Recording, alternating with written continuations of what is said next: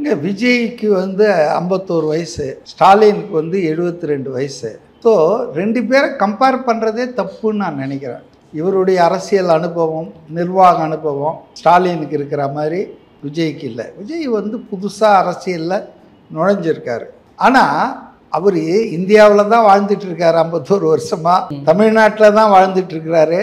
திமுகவை பற்றி தெரியாமலாம் இல்லை, எல்லா கட்சியை பற்றியும் தெரிஞ்சு தான் அரசியல்னால் புரிஞ்சு தான் அரசியலில் கால் எடுத்து வச்சுருக்காரு.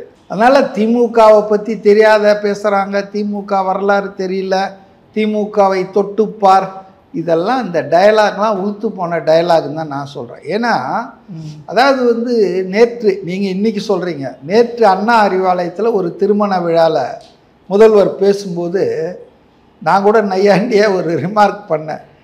நிம்மதியாக போனோமா கல்யாணத்துக்கு, மணமக்களை வாழ்த்தனமா, சாப்பிட்டோமா, வந்தோமான்னு விட மாட்டேன்றானுங்களே, எல்லா இடத்துலையும் புலம்ப வச்சுட்டானுங்களே அப்படின்னு முதல்வர் சொன்னார் பாருங்கள். கல்யாணத்தில் கல்யாணம் கருமாதி எதுவாக இருந்தாலும் இப்போ என்ன பேசுகிறாங்கன்னா, நேற்று கட்சி ஆரம்பித்தவன்லாம் அதுவும் விஜய் தான், யார் யாரோ கிளம்பி வராங்க, இதெல்லாம் நான் என்ன கேட்குறேன்னா 1948 49 திமுக கட்சி ஆரம்பித்த போது பெரியார் அதை தான் சொல்லியிருப்பார், காங்கிரஸ் அதை தான் சொல்லியிருப்பாங்க, சீமான் கட்சி ஆரம்பித்த போதும் அப்படி தான் பேசியிருப்பாங்க.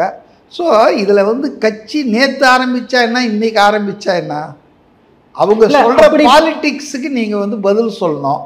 உங்கள் மேலே அவங்க குறை சொல்கிறாங்கன்னா அதுக்கு நீங்கள் விளக்கம் சொல்லலாம்.